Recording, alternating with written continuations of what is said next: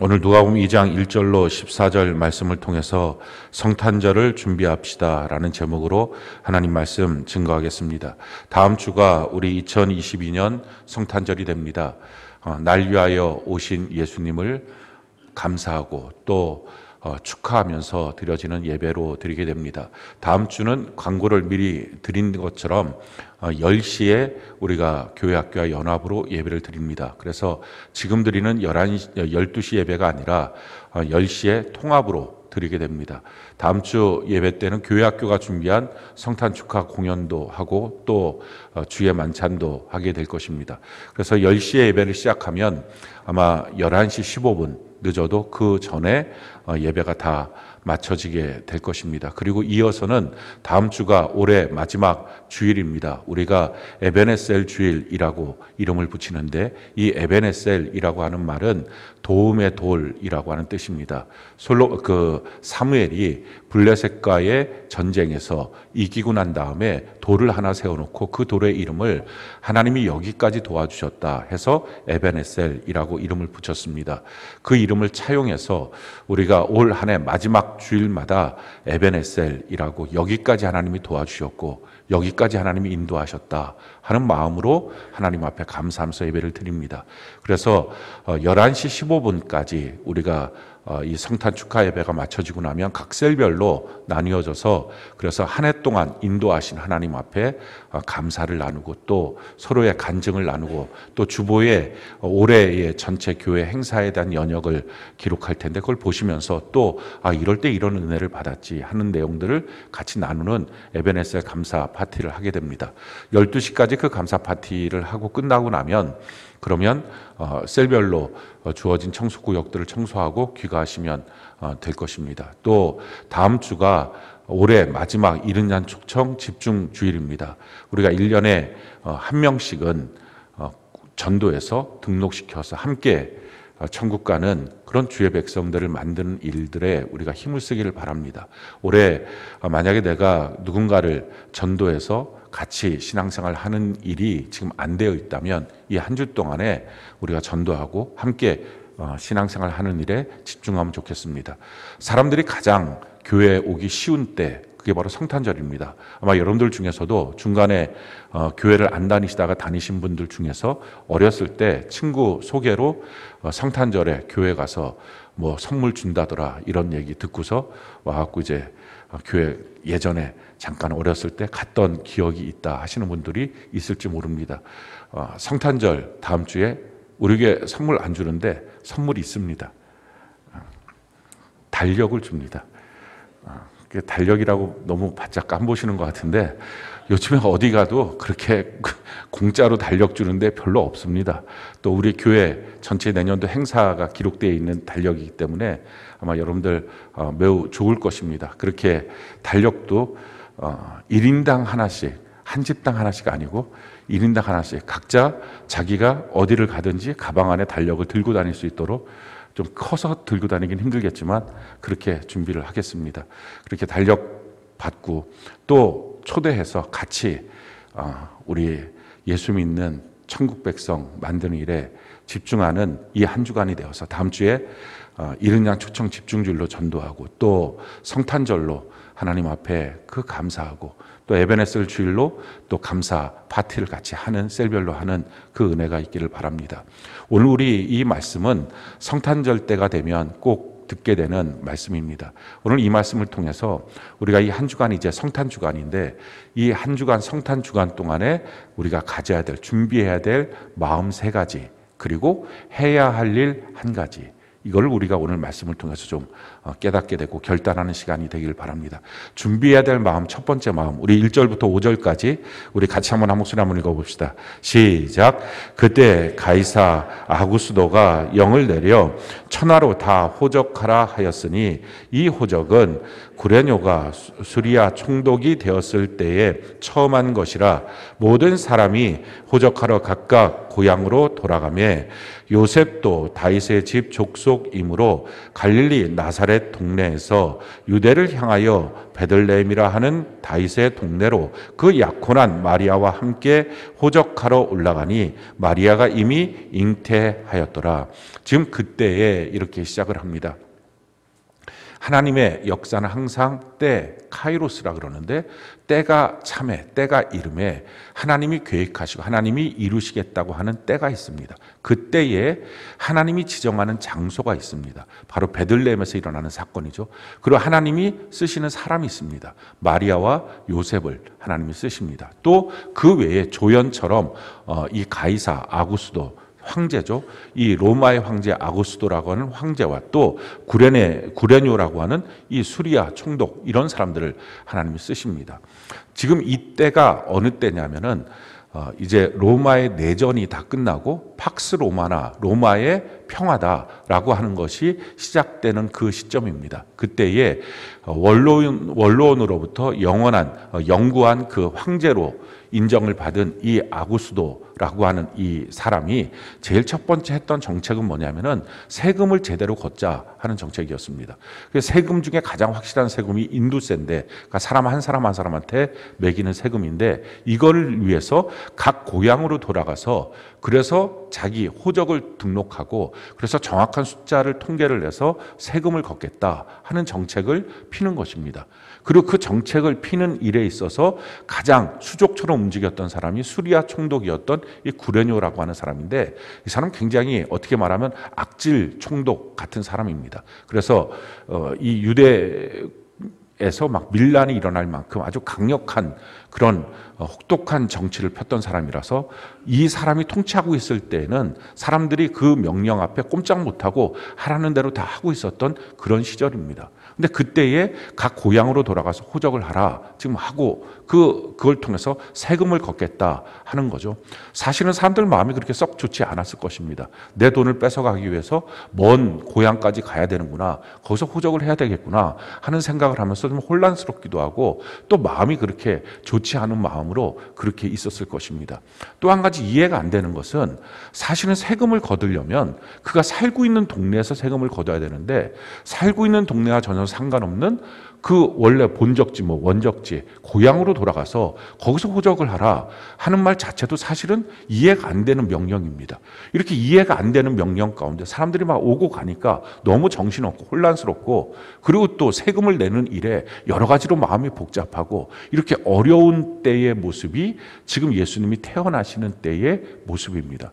우리가 뭐 성탄 분위기 이런 것들에 대해서 얘기를 하는데 예수님 태어나실 때는 그런 분위기 자체가 없습니다. 그냥 어떻게 보면 정말 어렵고 힘들고 그렇게 혼란스럽고 답답하고 이럴 때에 지금 일어나는 것입니다. 우리가 인생 살면서도 마찬가지입니다. 도대체 저 사람이 왜 저렇게 행동해? 왜 저 사람은 저런 식으로 말해? 이렇게 우리가 말할 때가 있죠. 지금 이 구레뇨라고 하는 사람도 마찬가지고 아구스도라고 하는 황제의 명령도 마찬가지고 이해되지 않는 말들을 하고 이해되지 않는 명령을 하고 또 폭압을 하고 이렇게 고통스럽게 만드는 것, 왜 내 삶에 이런 문제들이 자꾸 생겨 이해되지 않아 라고 할 때 그렇게 이해되지 않는 일을 꾸미는 이유가 뭡니까? 사실은 그 일 안에 하나님이 개입하시는 역사의 서막일 수 있다는 것입니다. 지금 성탄의 이 역사 어떻게 시작하는 것입니까? 어떤 일이 과연 성탄의 의미일까요? 성경은 우리에게 이와 같이 말씀합니다. 미가서 5장 2절 같이 한번 읽어볼까요? 시작. 베들레헴 에브라다야, 너는 유다 족속 중에 작을지라도 이스라엘 다스릴 자가 내게서 내게로 나올 것이라. 그의 근본은 상고에 영원에 있느니라. 자, 베들레헴이라고 하는 지명을 말씀하시고 그때라고 하는 그 때를 말씀하시고 난 다음에 그러면서 지금 그때에 누가 나올 것이냐, 하나님의 일이 지금 시작을 하는데, 하나님의 역사가 지금 시작을 하는데 그 역사의 시작은 영원에서부터 오는 것이다 라는 것입니다. 예수님의 역사는 영원에서부터 우리의 시간으로 들어오는 것입니다. 하나님의 모든 일들은 시간 밖에서부터 우리의 시간 안으로, 역사 밖에서부터 우리의 역사 안으로 지금 하나님의 일들이 들어오는 것입니다. 그렇게 들어오기 때문에 사실은 우리로서 이해되지 못하는 어떤 상황들이 벌어지는 것입니다. 우리로서 알 수 없는 어떤 일들이 벌어지는 것입니다. 혼란스럽겠죠. 그렇지만 사실은 그 안에 하나님의 일들이 시작하는 것입니다. 성경은 우리에게 이렇게 말합니다. 잠언 20장 24절 같이 한번 한번 읽어볼까요? 시작. 사람의 걸음은 여호와로 말미암다니 사람이 어찌 자기의 길을 알 수 있으랴. 우리는 우리가 알아서 인생을 걸어가는 것처럼 생각합니다. 그런데 성경은 말합니다. 내가 알아서 걷는 길이 아니라는 것입니다. 내가 왜 그렇게 선택을 하고 왜 그런 길을 걸어갈까? 그거 우리가 알지 못하는 것입니다. 내가 내 길을 알지 못할 뿐만 아니라 내 옆에 있는 사람들의 인생도 왜 저렇게 행동하고 말하고 인생을 선택할까? 그거 모르는 것입니다.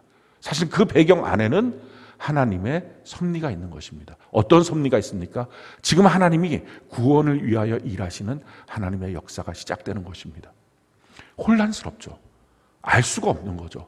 내 인생도 모르고 내 배우자의 인생도 모르겠고 내 자녀의 인생도 모르겠고 내 주변의 사람들의 삶도 모르겠고 우리 대한민국의 지금 앞으로의 역사가 과연 어떻게 될까? 내년도에는 과연 어떤 일들이 생길까? 우리 다 알지 못합니다. 그래서 사실은 혼란스럽고 염려되고 두려운 것입니다.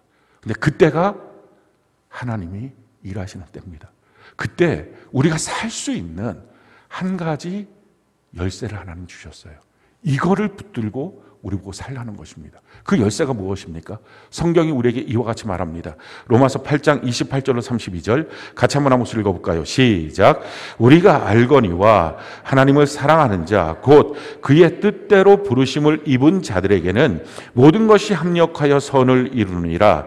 하나님이 미리 아신 자들을 또한 그 아들의 형상을 본받게 하기 위하여 미리 정하셨으니 이는 그로 많은 형제 중에서 맏아들이 되게 하려 하심이니라. 또 미리 정하신 그들을 또한 부르시고 부르신 그들을 또한 의롭다 하시고 의롭다 하신 그들을 또한 영화롭게 하셨느니라. 그런즉 이 일에 대하여 우리가 무슨 말 하리요? 만일 하나님이 우리를 위하시면 누가 우리를 대적하리요? 자기 아들을 아끼지 아니하시고 우리 모든 사람을 위하여 내주신 이가 어찌 그 아들과 함께 모든 것을 우리에게 주시지 아니하겠느냐? 하나님의 역사가 진행될 때 누구는 주인공이 됩니다. 마리아와 요셉처럼. 그러나 누구는 더 훨씬 힘이 있고 권세 있고 명령하는 사람처럼 보이지만 아구스도나 또 구레뇨 이 수리아 총독처럼 더 힘 있고 아주 뭔가 하는 사람처럼 보이지만 이들은 역사의 조연처럼 됩니다. 우리의 인생 가운데 하나님이 쓰시는 주연 같은 사람, 그게 하나님이 부르신 사람이거든요. 이 마리아와 요셉처럼 지금 고향 그곳으로 가도록 지금 나사렛에서부터 베들레헴까지 하나님의 일들을 이루기 위해서 하나님의 말씀을 이루기 위해서 하나님 부르신 사람입니다. 자, 그렇다면 그 부르신 사람, 누가 부르신 사람입니까? 오늘 성경이 말하는 거예요. 우리가 알거니와 하나님을 사랑하는 자, 곧 그의 뜻대로 부르심을 입은 자.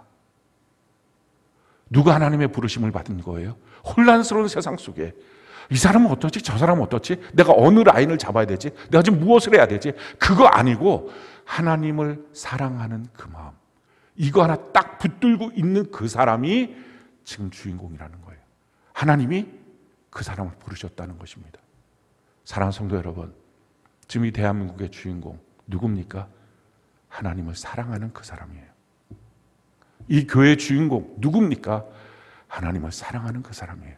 여러분들 가정의 주인공 누굽니까? 여러분들 회사의 주인공 누굽니까? 하나님을 사랑하는 그 사람. 하나님이 지금 그 사람을 부르신 거예요. 그리고 부르신 그 사람을 향해서 하나님은 지금 뭐라고 말씀하십니까? 그 사람을 예수의 형상을 담기 위해서 내가 만들어 갈 것이고 그를 부르시고 의롭다 하시고 영광의 길로 가게 하시고 혹시라도 그를 누군가 해코지 할까 봐 하나님 그의 편에 서서 내가 도와주고 지켜주고 거기서 한 걸음 더 나가서 아들을 주신 그분이 너의 삶에 필요한 모든 것들을 다 공급하여 주지 않겠느냐라고 약속하십니다. 한 가지 붙들고 사세요. 혼란스러운 세상이라고요. 앞길을 알 수 없다고요. 그러나 하나님, 나는 한 가지 하겠습니다. 하나님을 사랑하겠습니다.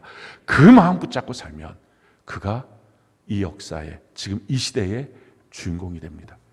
오늘 그래서 이 한 주간 성탄 주간 동안에 우리 마음 점검할 것, 번잡스럽게 하지 마십시오. 혼란스럽게 하지 마십시오. 이것저것 복잡하게 생각하지 마십시오.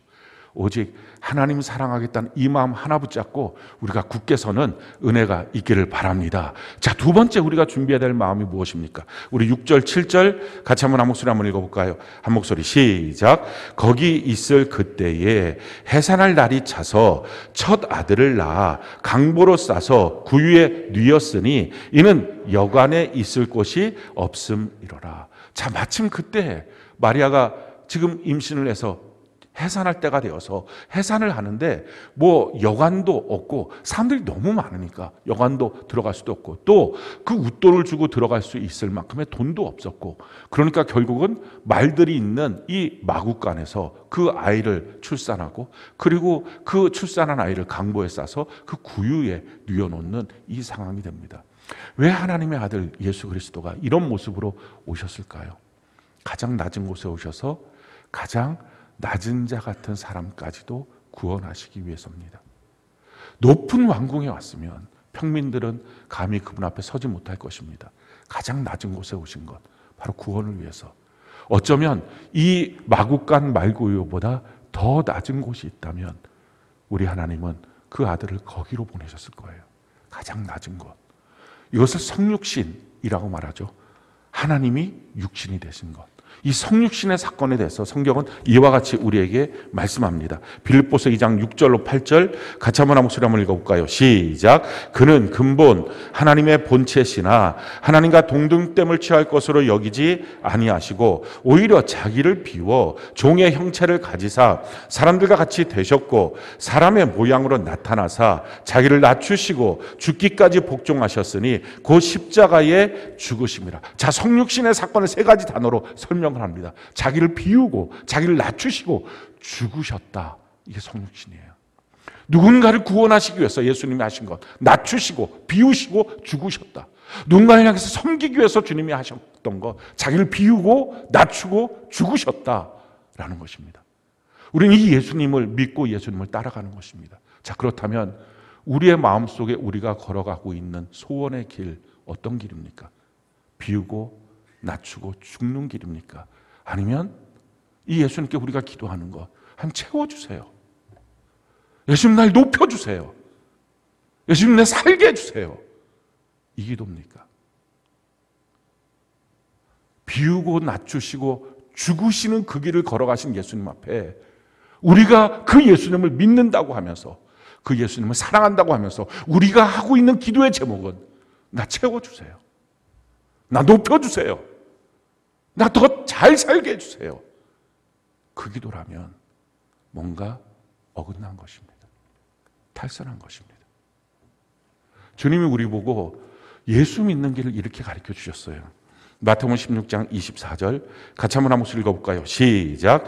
이에 예수께서 제자들에게 이르시되 누구든지 나를 따라오려거든 자기를 부인하고 자기 십자가를 지고 나를 따를 것이니라. 자, 예수님 따라가는 길이 무엇입니까? 내 부인. 나 채우고 나 높아지고가 아니라 나를 부인하고 그리고 내가 더 잘 사는 게 아니라 자기 십자가 지고 십자가에서 죽는 길. 이게 예수님 따라가는 길이라는 것입니다. 이게 예수님 믿는 길이라는 것입니다. 우리가 이 성탄의 사건 앞에 준비하면서 예수님이 이 땅에 오셨다는 것을 우리가 기뻐하면서 점검해야 될 길은 이렇게 비우고 낮추시고 죽으심으로 오신 예수님 앞에 과연 나는 주님과 같은 길로 같은 방향으로 같은 마음의 소원을 품고 가고 있는지 정반대인지. 예수 왜 믿습니까? 채우려고, 높아지려고, 더 잘 살려고. 어긋나 있지 않습니까? 우리 노선 바꾸는 거예요. 그래서 우리 마음을 다시 점검해 봐야 합니다. 제대로 가고 있는지. 지금 나는 신앙생활 반듯하게 하고 있는 건지, 나를 부인하고 십자가를 지고 걸어가는 길을 가고 있는 것인지 아니면 아닌지 우리 점검하는 것입니다. 예수님이 이처럼 걸어가신 그 길 앞에 하나님이 하셨던 게 있어요. 하나님이 이렇게 하셨죠. 빌립보서 2장 9절로 11절, 우리 8절까지 읽었는데 그 다음에 이렇게 말씀합니다. 같이 한번 한 목소리 한번 읽어봅시다. 시작.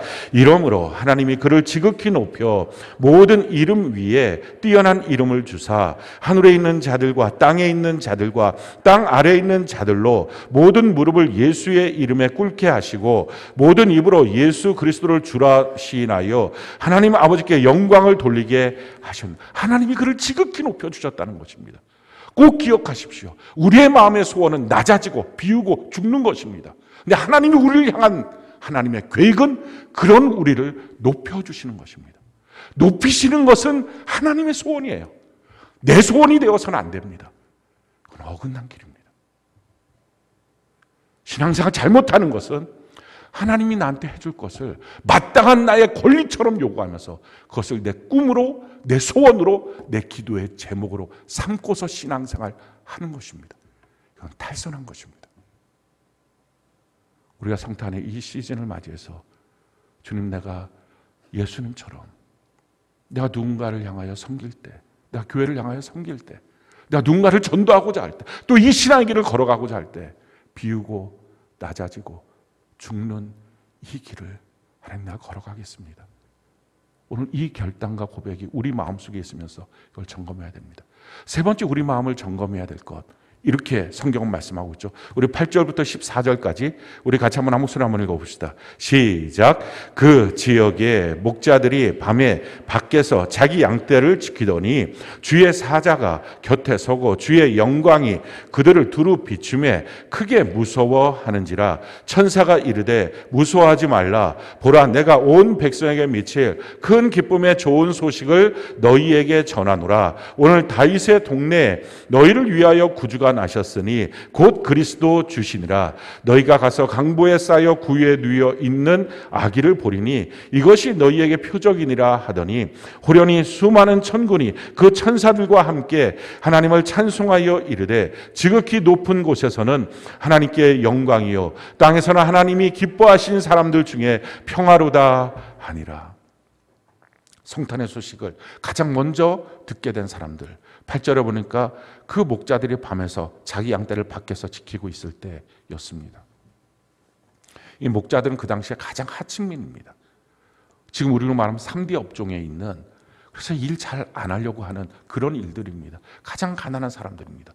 물론 예수님의 이 성탄에 초대받아서 왔던 사람들은 이 가장 가난한 목자들도 있었지만 또 가장 최고위층에 있었던 동방에서 온 박사들도 있었습니다. 그런데 직접 천사가 가서 어디에 나셨어? 어떤 분이야? 라고 소개했던 것은 이 가난한 가장 최하층민의 목자들입니다. 어떻게 보면 사람들이 별로 관심 없는, 사람들한테 박대당한, 너 같은 거 별로 필요 없어, 이렇게 인식될 만한 사람들을 주님이 기억하셨어요. 그리고 주님이 사랑하셨어요. 그리고 주님이 그들을 향해서 구원하겠다고 오셨어요. 그리고 주님이 그 천사를 보내서 말하는 거예요. 내가 너희에게 전할 큰 기쁨의 좋은 소식 내가 말할 거다. 그게 복음이에요. 큰 기쁨의 좋은 소식, 기쁨의 소식, 그게 복음, 기쁜 소식이라는 뜻이죠. 성경은 신학적으로 설명하는 것이 아니에요. 그냥 기쁨, 복음, 그 복음이 뭘까? 뭐 대단한 신학을 갖고서, 그거 아닙니다. 기쁨이 뭐예요? 그 기쁜 소식, 복된 소식이 뭐예요? 너희를 위하여 구주가 나셨다. 그리스도 주시니라. 너희를 위하여, 너희를 건져내기 위해서 예수님이 오셨어. 그게 복음이에요. 그 복음을 전해준 것입니다. 너희를 위해서, 너희를 건져내기 위해서, 너희에게 천국의 그 길을 열어주기 위해서. 너희가 이제 이렇게만 사는 게 아니라 하늘나라가 있어, 천국이 있어. 그걸 너를 데리고 갈 거야. 너희를 거기로 초대할 거야. 이 기쁜 소식, 복음을 그들에게 전하는 것입니다. 그러나서 호련히 수많은 천군과 천사들이 하늘에서 그 당시 사람들 누구도 부를 수 없는, 천사들만 부를 수 있는 노래를 부릅니다. 지극히 높은 곳에서는 하나님께 영광. 그게 무슨 말이에요? 너희같이 형편없이 연약하고 부족한 사람들, 사람들에게 형편없는 사람들, 그거 구원하는 게 하나님께 영광이야 라는 거예요. 사랑하는 성도 여러분, 올 한 해 우리가 사는 동안에 어떤 사람은 승승장구한 사람도 있을 거예요. 멋진 인생으로 날개를 활짝 펴고 살게 되었던 사람들도 있을 것입니다. 그렇게 행복하고 기쁜 일도 많이 있었을 것입니다. 근데 어떤 사람들은요, 힘들고 상처받고 고통스럽고 점점 있는 것들이 없어져서, 그래서 자기 스스로도 자기도 모르게 나 내 가정의 짐 아니야? 교회의 짐 아니야? 아니, 참 내가 형편없어서 나 같은 거 하나님 앞에 짐 아니야? 하는 느낌 받는 분들 있을지 몰라요. 주님 말씀하는 거, 너 짐 아니고 내 영광이야. 이게 지금 주님의 말씀이에요. 너 구원하는 게 내 기쁨이고 내 영광이고 너 짐 아니야. 그게 성탄의 메시지예요. 그럼 나는 너가 평화로웠으면 좋겠어. 그게 성탄의 메시지예요. 우리 마음에 점검하고 우리 마음을 살펴봐야 될 것이 뭡니까? 그래 주님, 난 주님의 짐 아니고 기쁨이었어요. 그리고 지금도 그래요. 앞으로도 그럴 거예요. 나 주님의 기쁨이고 영광이에요. 이 마음 다시 갖는 것입니다. 사랑하는 성도 여러분, 우리가 이 성탄을 준비하면서 세 가지 마음 꼭 가졌으면 좋겠어요. 혼란스럽다고 내 마음에 혼란을 집어넣지 마세요. 정신없다고 내 마음속에 번잡한 것을 집어넣지 마세요. 오직 한 가지, 나는 하나님을 사랑하며 살겠습니다. 할렐루야. 이 마음 붙잡고 있으면 주님 말씀하는 것, 그래, 너가 주인공이야. 내가 너를 붙잡고 있을 거야. 너가 바로 내가 부른 사람이야. 우리의 마음을 다시 한번 점검해 보는 거예요. 높아지기 원하고 채워지기 원하고 어떻게든 살 길이 뭐야? 이거 찾고 있다면 돌이키십시다. 내가 낮아지고 비우고 죽는 길. 근데 거기서 날 위하여 오신 예수님을 꼭 만나게 될 거예요. 주님이 그 길로 오셨거든요. 그리고 혹시 사람들로부터 자꾸 공격받고 도전받고 상처받다 보니까 자기가 그런 생각하려고 하지도 않는데 자기도 모르게 나 짐 아니야? 그런 마음 갖고 있다면 마음 바꾸세요. 오늘 주님 말씀하시는 거예요. 너 내 영광이야. 너 내 기쁨이야. 나 너 사랑해서 널 위해서 내가 온 거야. 그 마음을 붙잡고 주님 안에 평화를 누리십시다. 그리고 한 가지를 하셔야 됩니다. 예수님 오실 당시에 아무도 부를 수 없는 노래 천사들이 불렀어요. 지극히 높은 곳 하나님께 영광. 그 기뻐하심을 받은 사람들에게 평화다. 지금도 마찬가지예요. 누구도 부를 수 없는 노래, 우리가 천사가 되어서 그 노래를 이 한 주간 성탄 시즌에 부르는 것입니다. 우리가 성탄 때 꼭 하는 인사말이 있어요. 메리 크리스마스. 세 가지 단어가 합친 것입니다. 메리, 기쁨으로, 그리스도께, 마스, 경배합시다. 우리 주변에 있는 사람들에게 외치는 거예요. 천사들만 할 수 있는 이 노래, 이걸 외치는 거예요. 기쁨으로 그리스도께 경배합시다. 당신 위해서 예수님이 오셨어요. 당신은 이 세상 사는 것 짐 아니에요. 당신이 주님의 영광이고 당신이 주님의 기쁨이고 당신이 주님의 사랑이에요. 그렇게 우리 선포하는 것입니다. 한 주간 우리의 성탄 전도 축복송 있습니다. 가서 노래 부르고 그렇게 외쳐주고 또 우리 주변에 있는 사람들에게 이 복음을 증거하고, 그래서 우리가 우리 마음 점검하고 이 한 주간 우리가 주님의 천사가 되어서 이 복음을 증거하는 우리 모두가 되기를 예수님 이름으로 축원합니다.